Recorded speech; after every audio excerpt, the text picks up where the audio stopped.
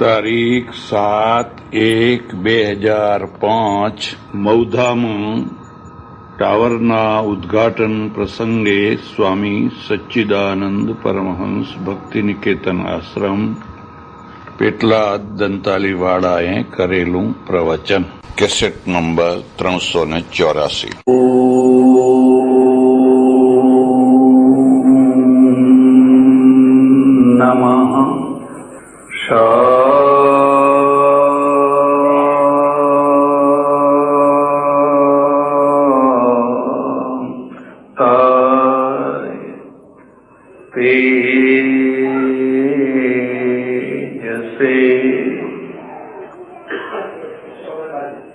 આજની સભાના પ્રમુખ સ્થાને બિરાજેલા શ્રીમાન પ્રમુખ મહોદય,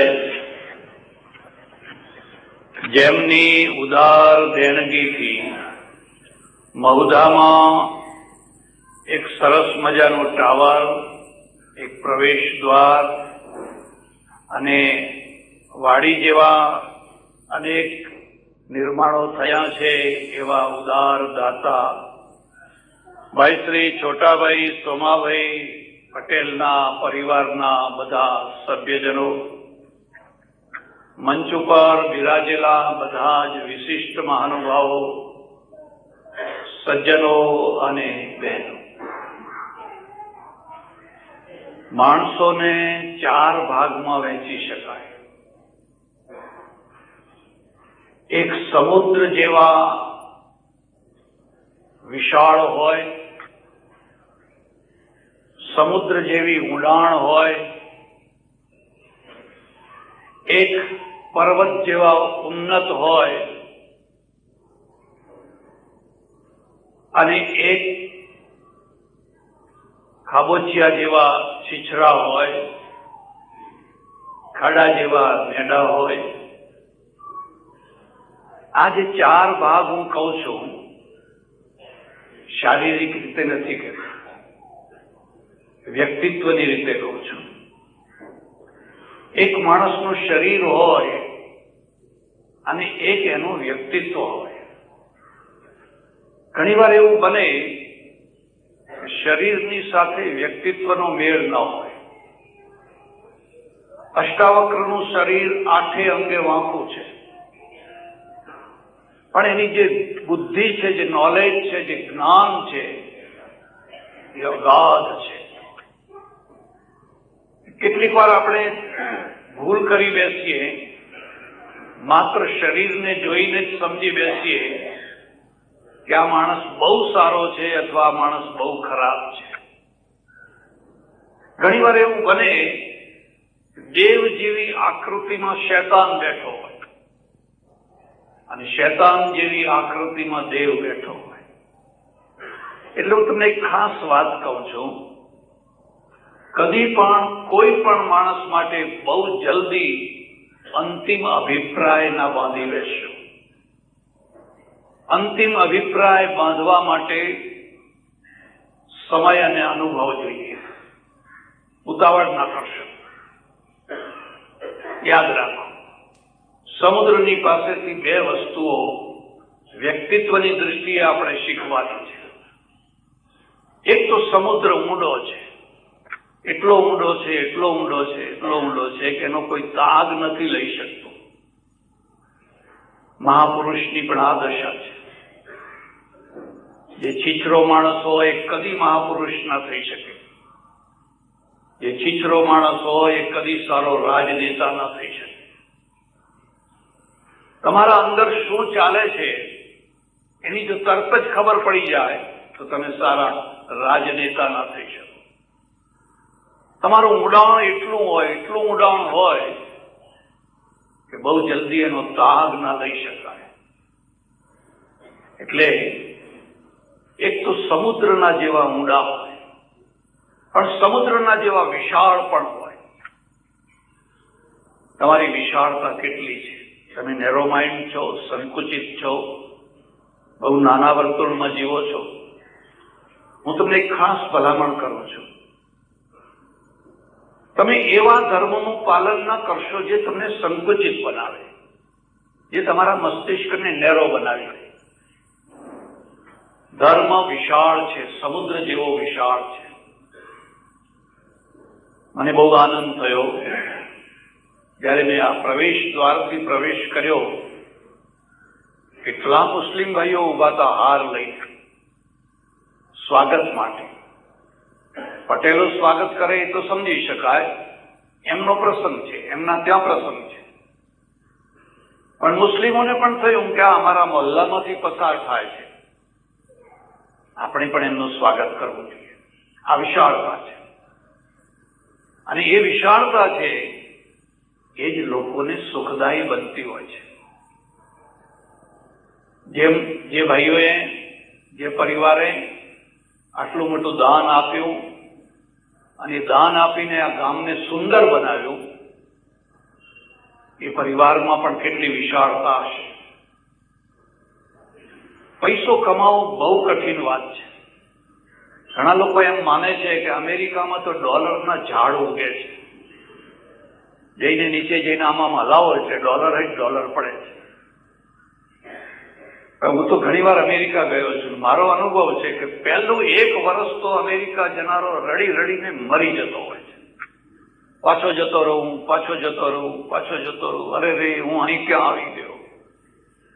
જો 1 વર્ષ એને કાઢ્યું એ તપસ્યાનું વર્ષ છે, અને પછી જામ્યો તો ઠીક છે. અમેરિકામાં ડોલરના ઝાડ નથી. મહેનત મહેનત ને મહેનત, પરસેવો પરસેવો ને પરસેવો.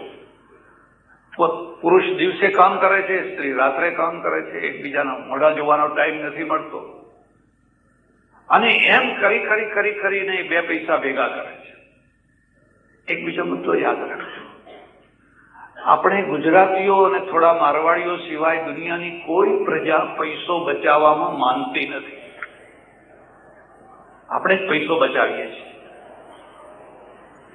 અમેરિકનોને જુઓ તો એ શુક્રવારે પગાર થયો હોય એટલે અઠવાડિયે પગાર કરવો પડે, મહિનો તો ખેંચી જ ના શકે. તે સોમવારે કોઈની પાસે ડોલર માગતો જ હોય, અને ઇન્ડિયનો પાસે જ માગતો હોય. એમને ખબર છે કે આના ભેજવામાં પૈસા હશે, એટલે અમેરિકાએ આખું ક્રેડિટ કાર્ડ ઉપર જીવન વ્યવસ્થાને સ્થાપિત કરી દીધી છે કે આ પૈસા તો બચાવતા નથી. જોકે વાત પણ સાચી છે. ઇકોનોમીની દ્રષ્ટિએ જુઓ તો જે પ્રજા બહુ પૈસો બચાવતી હોય છે એ અર્થતંત્રને સમૃદ્ધ નથી કરી શકતી હોતી. હા, એ પોતાનું અર્થતંત્ર સમૃદ્ધ કરે, પણ રાષ્ટ્રનું અર્થતંત્ર સમૃદ્ધ નથી કરી શકતી. અને જે પૈસા વાપર કરતી હોય છે એનાથી બજારમાં ચીજો ઉપડતી હોય છે. એટલે પહેલો મુદ્દો છે, તમે લાખ પ્રયત્ન કરો, આખી દુનિયા આજે કોસ્મોપોલિટન થઈ ગઈ છે. તમે એમ માનો કે આખું ગામ એકલા પટેલનું જ હોય, આખું ગામ એકલા બ્રાહ્મણનું જ હોય, આખું ગામ એકલા મુસ્લિમોનું જ હોય, કદી બનવાનું નથી. બધાએ ભેગા રહેવાનું છે અને પોતપોતાના ધર્મની સાથે રહેવાનું છે. હું તમને કદી એવી સલાહ નહીં આપું કે તમે નાસ્તિક થાઓ, તમે આસ્તિક થાઓ.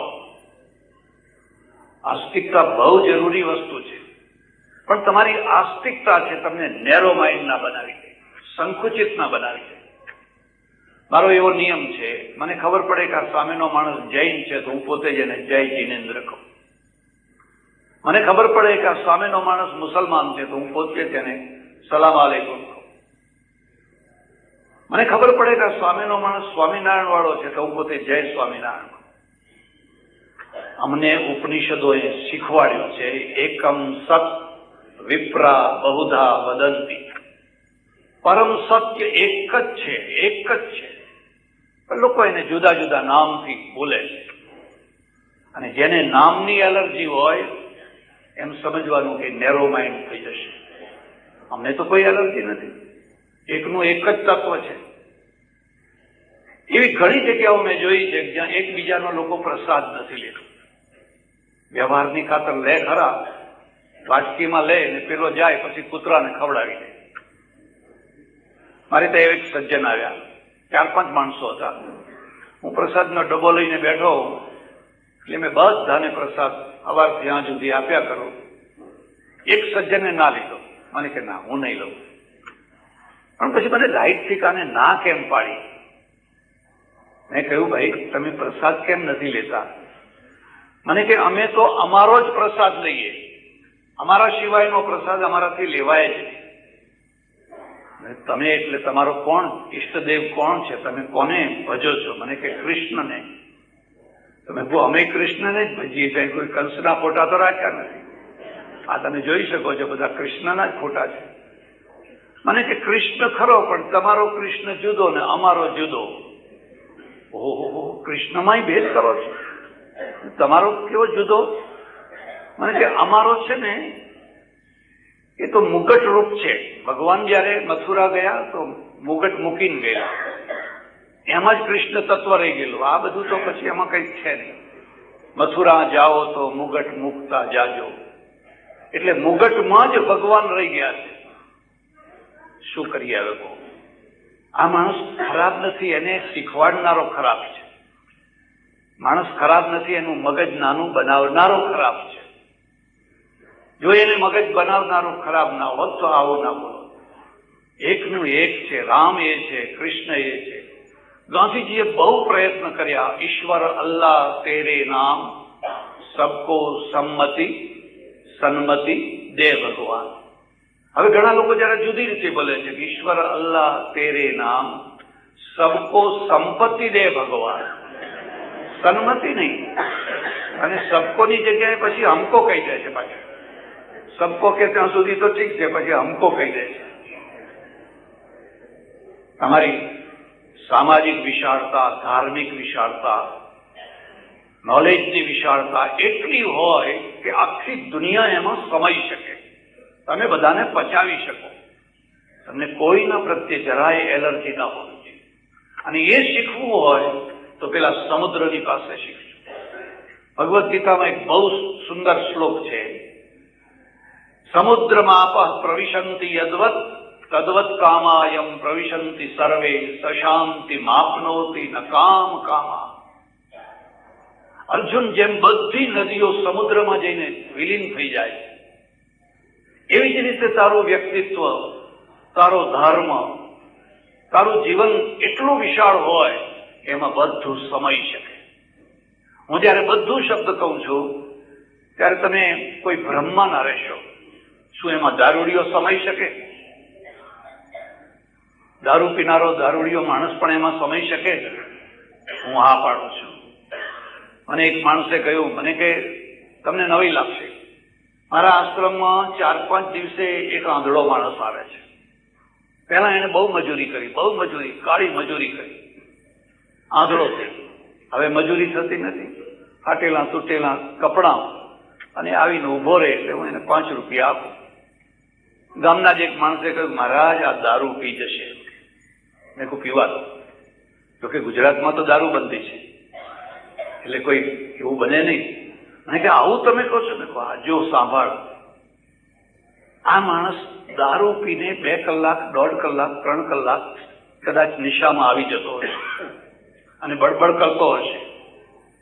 તારી છાતી ઉપર હાથ મૂકીને પૂછી જો, તું વગર દારૂ પીધે 24 કલાક નિશામાં રહે છે?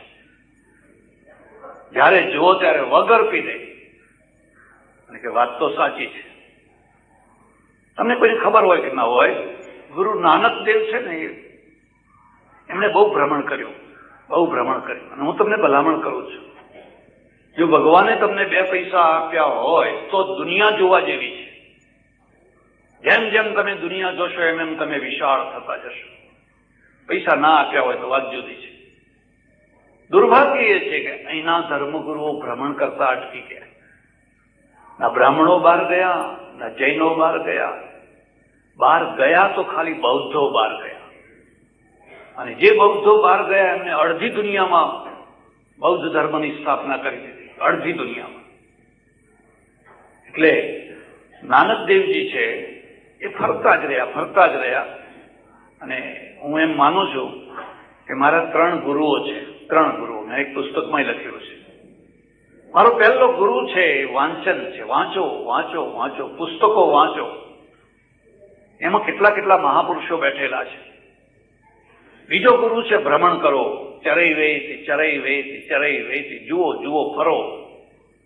અને ત્રીજો ગુરુ છે નિરીક્ષણ કરો, ઓબ્ઝર્વેશન. તમે નિરીક્ષણ કરો, જુઓ. લે દેવ ચોખા, લે દેવ ચોખા, લે દેવ ચોખા. 10 વર્ષ પહેલા મારે રાજસ્થાન જવાનું થયું અને અમારી સાથે એક બે જૈન સજ્જનો હતા. મને કે નાકોડાજી અહીં નજીક જ છે, નાકોડાજી એમના એક વીર છે, આપણે દર્શન કરવા જઈએ. મેં કહ્યું ચાલો, મને કોઈ એલર્જી નથી.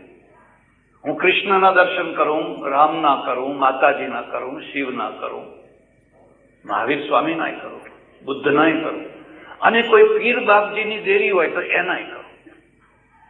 અને હું મારા પોતાની વાત નથી કરતો, ગીતામાં લખ્યું છે યજ્યદ વિભૂતિમત સત્વમ શ્રીમદુર્જિતમેવ વા તત્દેવાવ ગચ્છત્વમ મમ તેજોંશ સંભવ. અર્જુન, જ્યાં કોઈ જગ્યાએ તને વિભૂતિ દેખાય, યજ્યદ વિભૂતિમત સત્વમ, એ મારી જ વિભૂતિ છે, મારો જ અંશ છે, તો એને પગે લાગજે. એના પ્રત્યે એલર્જી ના કરીશ, એના પ્રત્યે દ્વેષ ના કરીશ. એ માણસને બેસી જા ભાઈ, એને ના પાડી, વિક્ષેપ કરે છે, બેસી જા. આ ફોટોગ્રાફરો મારા કાયમી દુશ્મન, એમને કેટલી સૂચના આપો ને તો એ તમારે વચ્ચે વિક્ષેપ કરે છે. હવે ફરી કોઈ વચ્ચે ના આવે. એ બધી વિભૂતિઓ મારો જ અંશ છે, મારું જ રૂપ છે. આ અમને ગીતામાં કહેલું છે.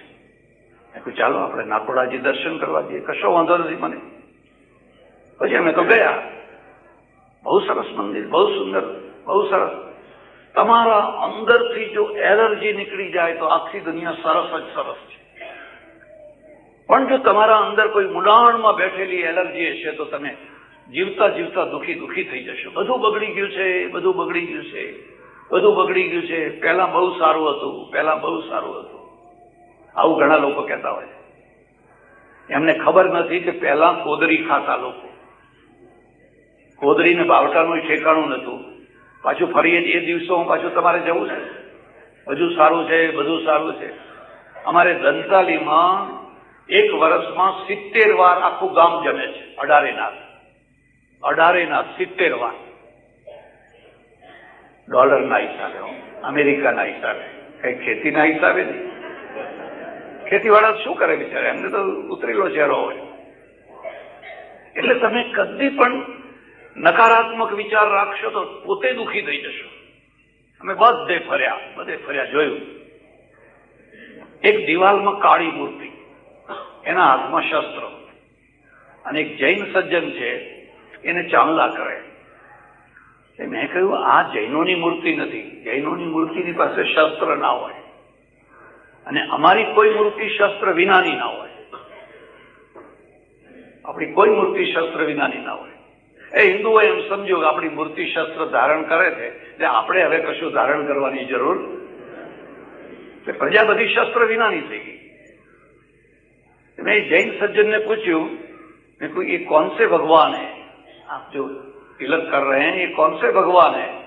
तो मैंने कहा पतो को नहीं, એટલે ખબર નથી. એમ કે ઓ ખબર નથી ને ચાંદલા કરે રાખે છે. મારી સાથે હતા, એમને પૂછ્યું ભાઈ તમને ખબર છે કે કયા? મને કે અમને ખબર નથી. કશો વાંધો નહીં, કીધું કરો ચાંદલા, બીજી વાત જે મળે એને કરો ચાંદલા. એટલે આ એક વિશાળતા છે, અને વિશાળતામાં કોઈ એલર્જી નથી. તમને આજે જે આપણા રાષ્ટ્રપતિ છે એપીજે અબ્દુલ કલામ, હું તમને ભલામણ કરું છું કે એમનું જીવન ચરિત્ર વાંચજો. અગનપંખ બહુ સુંદર. એને એમ લખ્યું છે કે હું નાવ બનાવનારા કુટુંબમાં જન્મ્યો, અને મારા બાપુ છે ને માછીમારોની નાવો બનાવે. હમણાં 2-3 મહિના પહેલા રામેશ્વરમ ગયો ને, ખોરતો ઠેઠ રાષ્ટ્રપતિના ઘેર જઈ આવ્યો.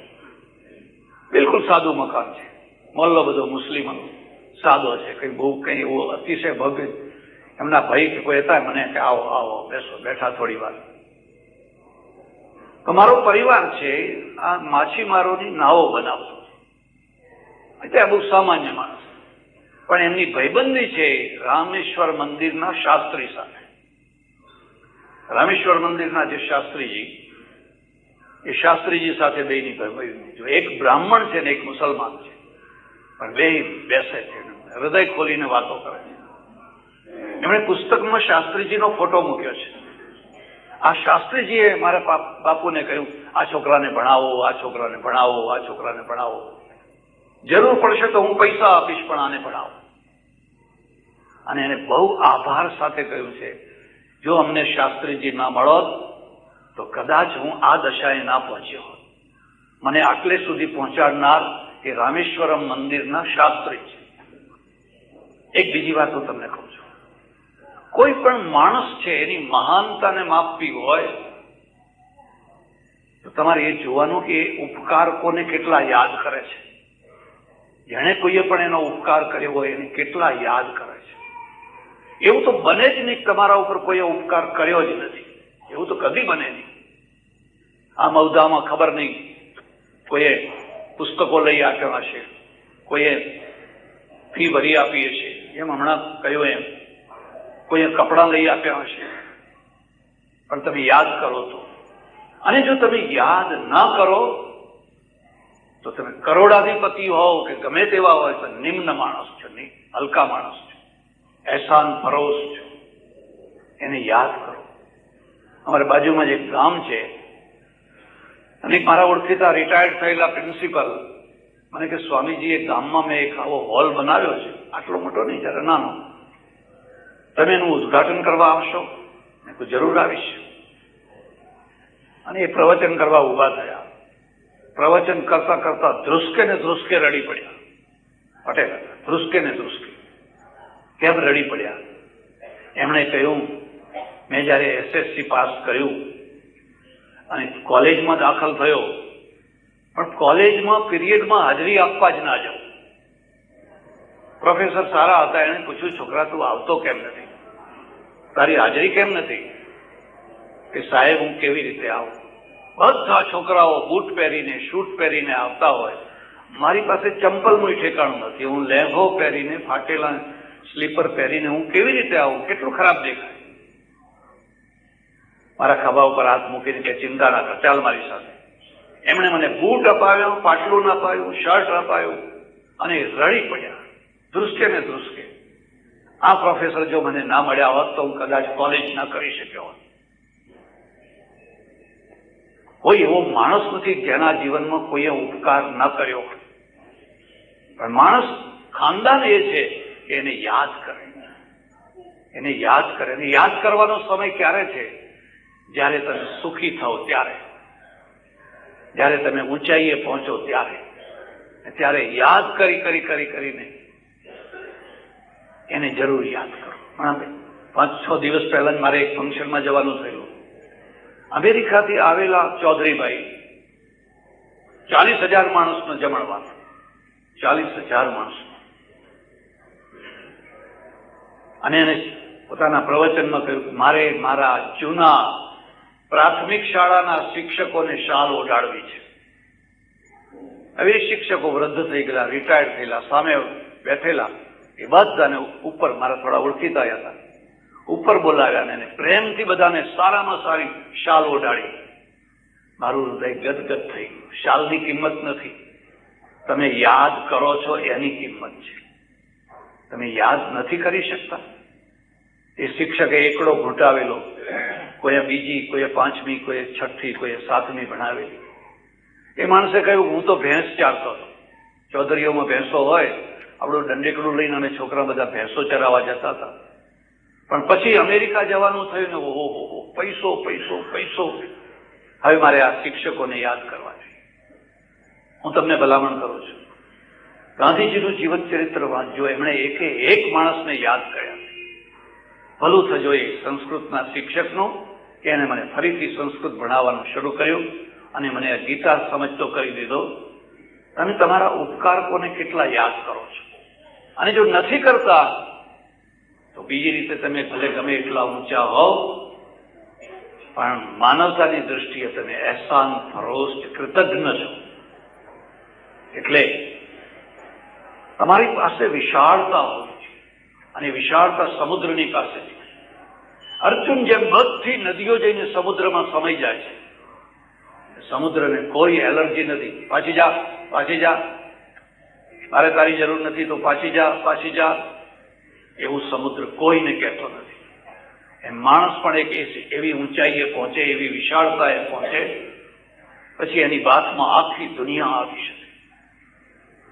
જે લોકોએ ગામને વિશાળ બનાવ્યું પોતાની વિશાળતાથી, એમ માપ છે કે આ જરૂર હૃદયનો વિશાળ માણસ છે. તમે એવા જોજો, કેટલાક ઘરો એવા હોય છે એમના ઘરે કોઈને પાણી મળતું નથી. જમવાની વાત તો બહુ દૂર રહી, ચાની વાત તો બહુ દૂર રહી, પણ એમને કદી પાણીનો પણ કોઈ સત્કાર નથી કરતો. એમને ખબર પડે કોઈ આવી રહ્યું છે એટલે ઉભા થઈને જાળીએ આવીને ઉભા થઈ જાય અને ત્યાં ઉભા ઉભા વાત કરીને જ વિદાય કરી દે. અંદર આવવા જ ના દે. અંદર આવે તો પાણીનો ભાવ પૂછવો પડે. કેટલાક માણસો તો તમે જોજો, એ દૂરથી તમને હોંશે હોંશે આવો આવો આવો આવો આવો, એનું અંગ અંગ ખીલી ઉઠે, રોમ રોમ ખીલી ઉઠે. મહાભારતનો એક બહુ પ્રસંગ યાદ કરવા જેવો છે. કૃષ્ણ જયારે વેષ્ટિ કરવા ગયા, અમારે તો એવી માન્યતા છે કે રાજા કરતા રાજાના દૂધમાં વધારે અક્કલ હોવી જોઈએ. વેષ્ટિ કરનારો વધારે જ્ઞાની હોવો જોઈએ. રાજામાં ઓછી બુદ્ધિ હશે તો ચાલશે, પણ જે મંત્રણા કરનારો છે એમાં જો ઓછી બુદ્ધિ હોય તો ના ચાલે. એ તજજ્ઞ હોવો જોઈએ. એટલે કૃષ્ણને મોકલ્યા, અને કૃષ્ણ છે એ જઈને સીધા વિદુરના ત્યાં ઉતર્યા. વિદુરના જેને વિદુરાણી ગાંડી ગાંડી થઈ ગઈ. અમારે ચાણક્ય છે ને એક જગ્યાએ બહુ સરસ વાત લખે છે કે તમે કોઈના ઘરે જાઓ અને આડું જુએ, ઊંચું જુએ, નીચું જુએ, દિશો વિક્ષેત વાપ્યદઃ તત્ર યે સદને યાંતિ તે શૃંગ રહિતા વૃષા. એવા ઘરોમાં જે વારંવાર મહેમાન થઈને જાય છે એ માણસ નથી, એ શિંગડા વિનાના બળદિયા છે. તે શૃંગ રહિતા વૃષા. તમે અતિ માની ના બનો, પણ સ્વમાની તો બનો. તમારામાં સ્વમાન તો હોવું છે. આ માણસ આપણને જોઈને આડું જુએ છે, નીચું જુએ છે, એના ચહેરા ઉપર કોઈ લાગણી નથી ઉભી થતી. પછી હવે શું કામ જાવ? સીધા વિદુરાણીના ત્યાં ગયા અને એના કેળાના છોતરા ખાધા, ભાજી ખાધી, પછી વેષ્ટિ કરવા ગયા. એક બીજો બધું યાદ રાખજો, આજે જેમ આ રાજનેતાઓ દોષ દેવામાં કે કડવું બોલવામાં જરાય પાછા નથી પડતા, દુર્યોધનની પણ એ જ દશા. દુર્યોધને કહ્યું, કૃષ્ણ તમને શરમ નથી આવતી? વિશ્વદ્રોણો પરિત્યજ્ય મામ ચૈવ મધુસૂદન કિમર્થમ પુંડરીકાક્ષ કૃતમ વૃષલકે ભોજન. તમે ભીષ્મનું ઘર છોડ્યું, દ્રોણનું ઘર છોડ્યું, મારું ઘર છોડ્યું, એક શૂદ્રના ત્યાં જઈને તમે જમી આવ્યા. વિદુર શુદ્ર છે તો શુદ્રના ઘરમાં જઈને તમે જમી આવ્યા, તમને શરમ નથી આવતી? આને વ્યંગ કહેવાય છે, મેણું કહેવાય છે. અને હું તમને ખાસ વાત કહું છું, તમને જો મેણું દેતા નથી આવડતું તો તમે ઘણા મહાન છો. અને તમે જો મેણું દેવાની એક તક નથી ચૂકતા તો કાં તો તમે દ્રૌપદીની બેન થઈને મહાભારત ઉભું કરી દેશો. આંધળાના છોકરાએ લે હવે જોઈ લે, એના પરિણામ જોઈ લે, પછી સાડીઓ ખેંચાવા મળશે. અને એક બીજી વાત છે કે કોઈ તમને હળહળતું મેણું મારે અને એ સમયે પણ તમે પૂર્ણ સ્વસ્થ રહી શકો છો તો તમે સ્થિત પ્રજ્ઞ છો. વિચલિત નથી થતા ને સ્થિર રહી શકો છો તો તમે સ્થિત પ્રજ્ઞ છો. કૃતમ વૃષલકે ભોજન. શુદ્રના ત્યાં જઈને તમે જમી આવ્યા. આ વખતે બહુ સુંદર જવાબ આપ્યો છે કૃષ્ણે. એને કહ્યું, ન શુદ્રા ભગવત ભક્તા ચાંત્યજા બ્રાહ્મણા સ્મૃતા સર્વ વર્ણેશુ તે શુદ્રા યે ભક્તા જનાર્દને. જે ભગવાનનું ભજન કરતા હોય એને શુદ્ર કહેવાય. ન શુદ્રા ભગવત ભક્તા. બ્રાહ્મણ હોય પણ જો ભગવાનનું ભજન ના કરતો હોય, અંત્યજા સ્મૃતા, તો મારી દૃષ્ટિએ ચાંડાલ છે. અને દુર્યોધન પારકા ઘેર ભાણું બે રીતે મંડાતું હોય છે. એક તો અત્યંત પ્રેમ હોય, એકબીજા પ્રત્યે અત્યંત પ્રેમ હોય, માગીને ખાય, લાવો લાવો લાવો, ખાવું છે ખાવું છે, નોતરાની આમંત્રણની કોઈ જરૂર નહીં, પ્રેમ હોય તો. અથવા પછી પોતાની દશા એવી ભોંડી હોય કે માથું નીચું કરીને જમવું પડે. પેટ કોઈને છોડતું નથી, દશા કરાવે છે. આ બેમાંથી મારે ને તારે એકે નથી. મારે ને તારે પ્રેમ નથી કે હું આવીને સીધો તારા રસોડામાં જઈને ખાવાનું માગું. મારે ને વિદુરને પ્રેમ છે. એમ મારી દશા એટલી બેસી નથી ગઈ કે હું નીચું માથું ઘાલીને તારા ત્યાં જમી લઉં અને પછી મહિને 15 દિવસે તું મેણું મારે બેસ હવે તારા પેટમાં તો મારું અન્ન પડ્યું છે. એવી મારી દશા પણ. હું તમને ખાસ ભલામણ કરું, તમારા શાસ્ત્રો જુઓ, ઊંડાણથી જુઓ. એમાં તો બોધ જ બોધ છે, જ્ઞાન જ જ્ઞાન છે. એટલે એક વિશાળતા છે અને વિશાળતા તમારા રસોડામાંથી નીકળે, તમારા દીવાનખાનામાંથી નીકળે, તમારા ગજવામાંથી નીકળે, તમારી તિજોરીમાંથી નીકળે. પૈસા તો ઘણાની પાસે હતા, ઘણાની પાસે પૈસા હતા, આજે છે, પણ બધા ભામાશા નથી થઈ શકતા હોતા. પૈસા હોવા છતાંય ભામાશા નથી થઈ શકતા હોતા. એ ભામાશા છે, પેલો હારેલો પ્રતાપ છે, થાકી ગયો છે, થાકી ગયો છે. કારણ કે તલવારના પાછળ પણ લક્ષ્મી જોઈએ અને કલમની પાછળ પણ લક્ષ્મી જોઈએ. જો કલમ અને તલવારને લક્ષ્મીનો ટેકો ન મળે તો થાકી જતા હોય છે. તલવાર થાકી ગઈ અને થાકેલા માણસના પગ તમે જોજો. એક મણમણનો પગ લઈને ચાલતો હોય, ઘસડતો ઘસડતો ઘસડતો ઘસડતો. એક બીજો મુદ્દો યાદ રાખજો, તમે કેટલો બોજ ઉપાડી શકો છો, તમારા ખભાઓ પર કેટલું વજન રહી શકે છે. એક માણસ પાનનો ગલ્લો નથી ચલાવી શકતો અને એક માણસ આખા ભારતમાં હજારો ફેક્ટરીઓ ચલાવે છે, હજારો ફેક્ટરીઓ. અમેરિકામાં જો કેટલા સ્ટોરો ચલાવે અને પોતે દરિયા કિનારે મજા કરતો હોય. એના ખભામાં એટલી તાકાત છે.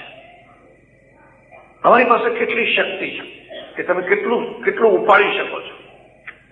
પણ જે ઘણું ઉપાડી શકે છે એને જ દેવાળું જતું હોય છે. નાના માણસો કદી દેવાળું નથી કાઢતા અને નાના માણસો કદી દેવાળું કાઢે ને તો એની કોઈ અસર નથી હોતી. જયારે અબજોપતિ દેવાળું કાઢતો હોય છે તો ખળભળાટ મચી જતો હોય છે. કઈ પાનનો ગલ્લાવાળું દેવાળું કાઢે એમાં શું બહુ 200-500 રૂપિયા આગા પાછા. આ જે પ્રતાપ છે એ પ્રતાપના પગ મણમણના થઈ ગયા, ચાલી નથી શકતો, થાકી ગયો છે. એક બીજો મુદ્દો યાદ રાખજો, નિરાશાનો ભાર હિમાલયના ભાર કરતા વધારે છે. હિમાલયનો ભાર તમે ઊંચકી શકો પણ સતત નિરાશા આવે એ ભાર ઊંચકવો બહુ અઘરું કામ છે. એક વાર હાર્યા, બીજી વાર હાર્યા, ત્રીજી વાર હાર્યા, ચોથી વાર હાર્યા. અમારા એક ઓળખીતા સજ્જન છે, મને કે સ્વામીજી હું બહુ તકલીફમાં છું. કે શું છે? મારી દીકરીનો એક વાર લગ્ન કર્યા નિષ્ફળ ગયા, બીજી વાર લગ્ન કર્યા નિષ્ફળ ગયા, ત્રીજી વાર લગ્ન કર્યા નિષ્ફળ ગયા. હવે આ છોકરી છે મને કહે છે કે હું તમારું ઘર છોડી દઈશ, ધગધગતી સગડીની માફક તમારી છાતી ઉપર બેસું અને તમારી ઊંઘ હરામ કરાવું, એના કરતા હું કોઈ ગમે ત્યાં જતી રહીશ કે આત્મહત્યા કરી દઈશ. તમારા આશ્રમમાં રાખશો, એને આશરો આપશો, એને શરણું આપશો.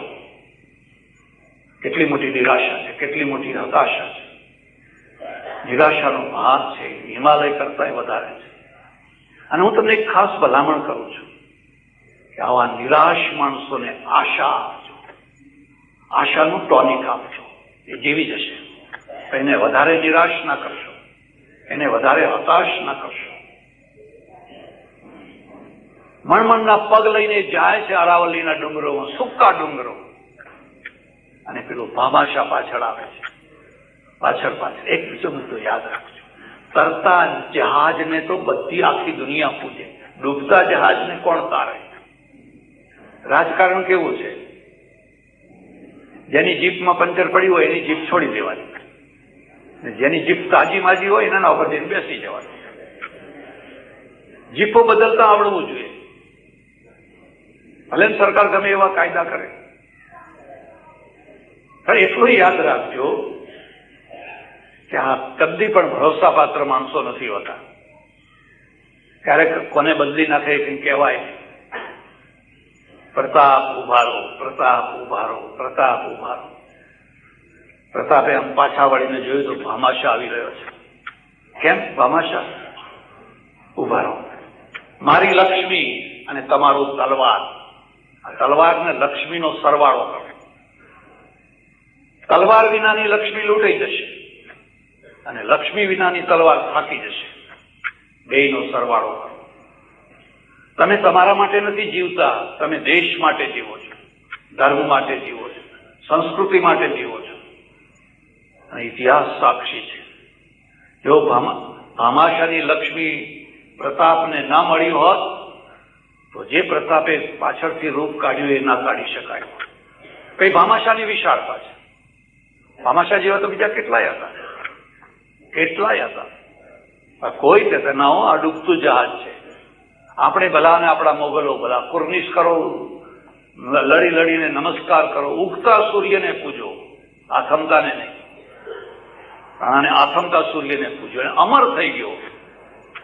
જ્યાં સુધી રાણા પ્રતાપનું નામ હશે ત્યાં સુધી ભામાશાનું નામ હશે, ત્યાં સુધી ભામાશાનું નામ. અને પેલા બધા જેમણે પોતાની દીકરીઓ આપી, બહેનો આપી, એમને આજ કોઈ યાદ નથી કરતું, એમના વંશજો યાદ નથી કરતા, એમના કોઈ ચિત્રો નથી રાખતા.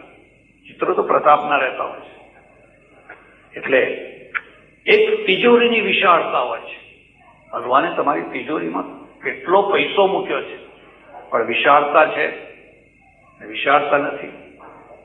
તો એ તિજોરી છે, કબર બની જશે. કબર મરતી વખતે તમને શાંતિથી મરવા નહીં દે. યાદ રાખજો, લક્ષ્મી સંપત્તિ કદી પણ ચિંતા વિનાની હોતી નથી. અને રાજકારણની ગાદી અથવા કોઈ પણ ગાદી કદી ખટપટ વિનાની નથી હોતી. તમે કોઈ ખુરશી ઉપર બેસો, કોઈ ગાદી ઉપર બેસો અને ઈચ્છા રાખો ખટપટ ના થાય. અરે તમારી વાત જવા દો ને, અમારા આશ્રમોમાં એ જ દશા છે. અમારા આશ્રમોમાં જ્યાં ગાદી સ્થાપી નહીં, ખટપટ શરૂ થઈ નહીં. ગાદી કદી ખટપટ વિનાની નથી હોતી. અને લક્ષ્મી સંપત્તિ કદી ચિંતા વિનાની નથી હોતી. તો લક્ષ્મીને એવી જગ્યાએ વાપરો કે જ્યાં તમે પોતે ન્યાલ થઈ જાઓ, ખુશ થઈ જાઓ. છોટાભાઈના પરિવારે પોતાની લક્ષ્મીનો થોડો ઉપયોગ કર્યો. હવે પસ્તાતા નથી, અરે રે મેં આ ક્યાં. અરે આનંદ થાય છે, ઉપરથી આનંદ થાય છે, વાપરીને આનંદ થાય છે. કારણ કે તિજોરીની વિશાળતા છે. એક ગામમાં વર્ષો પહેલા, ઉત્તર ગુજરાતના એક ગામમાં હું મહિનો પ્રવચન કરું. અને મારી એવી ઈચ્છા ખરી કે જે ગામમાં પ્રવચનો કરીએ ત્યાં કંઈક ને કંઈક નિર્માણ કરાવીએ, ખાલી પ્રવચન કરીને ચાલતા નહીં થવાનું. એટલે મેં લોકોને પૂછ્યું, બધા પુષ્કળ લોકો આવે, ખૂબ પ્રભાવિત થઈ ગયેલા. મેં કહું આ ગામમાં કંઈક કામ કરવા જેવું છે? મને કે હા, કરવા જેવું છે. મેં કહું શું? મને કે ગામમાં જો એક ટાવર હોય ને તો ગામની બુલંદી, આમ ઊંચાઈ દેખાય, ઓ ફલાણું ગામ છે. અને ખેડૂતો બધા, એટલે ઘડિયાળ નહીં તો ટકોરાથી ખબર પડે કે કેટલા વાગ્યા છે. તમે કોઈ એસ્ટિમેટ કાઢો કેટલો ખર્ચો થાય? ત્યારે સસ્તો જમાનો હતો. એસ્ટિમેટ કાઢ્યું તો 35,000 રૂપિયાનો ખર્ચો. 40 વર્ષ ઉપરની વાત કરું છું. 35,000 રૂપિયા. અને ગામમાં પૈસો નહીં, ગામ બધું ગરીબ ગામ, પટેલોનું જ હતું. મેં કહું આ 35,000, અને કે કોઈ દાતા જો નામ મૂકે તો આપણે 21,000માં નામ મૂકીએ, બાકીનું ગામ, બાકીના પૈસા ગામ કરે, 21,000 કોઈ દાતા આપે. કોઈ એવો કોઈ છે માણસ? મને કે હા, પેલા પ્રવચનમાં સૌથી આગળ બેસતા હોય છે ને, એ ગામના શેઠ છે તો પટેલ પણ શેઠ છે, અને વ્યાજ વટાનો ધંધો કરે છે. અને એ વખતે એને 3.5 લાખ રૂપિયાની વ્યાજની આવક. 3.5 લાખ રૂપિયા ખાલી વ્યાજની આવક. એ તો બહુ સારું. એટલે મેં એમને શેઠને બોલાયા. મેં કહ્યું શેઠ, ગામમાં ટાવર કરવો છે અને બધાની ઈચ્છા છે કે તમારા બાપુનું નામ રહે, તમારો જય જયકાર થાય, અને વધારે અપેક્ષા નથી. તમે 21,000 રૂપિયા આપો તો બાકીના 14,000 ગામ લોકો કરશે જેમ તેમ કરીને, પણ તમે 21,000 આપો. મને કે બહુ મંદી. અમુક લોકોને તમે જુઓ તો જયારે જુઓ ત્યારે મંદી જ ચાલતી હોય. તમે જઈને ઉભા રહ્યા ને કે મંદી વાત કર્યા કરે. તમારા બાપ ગોતરમાં કદી તેજી આવે છે? તેજી હોય તો મંદી જ કર્યા કરે. તમે કહો ગામ લોકો 21,000ની વાત કરે છે. મને કે ના હો, ના અપાય, એટલા ના અપાય. એમાંય પાછો કડદો કરે. એમાં સોદો કરે. હવે બહુ મહેનત કરી પણ આ ટટ્ટુ છે ને 21,000 થી આગળ વધે જ નહીં, 15,000 થી આગળ વધે જ નહીં. મને કે ના 15,000 આપો. મેં કહ્યું જવા દો, આની વાત જવા દો. 3-4 દિવસ થયા હશે, કથામાં બધા ઘણા લોકો બેસે. એક માણસ મારી પાસે આવ્યો, મને કે બાપુ હું તો તમારા પગરખાની રજ છું, પણ આ ગામ લોકો જો મને રજા આપતા હોય કે 35,000 મારે આપવાનું, મારા બાપુનું નામ.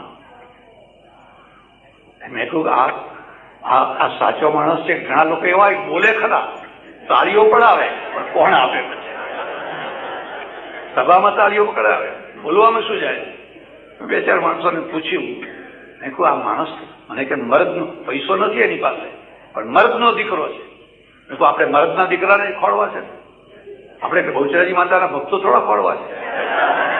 આપણે તો એક મર્દનો દીકરો હોય તો બહુ થઈ ગયું.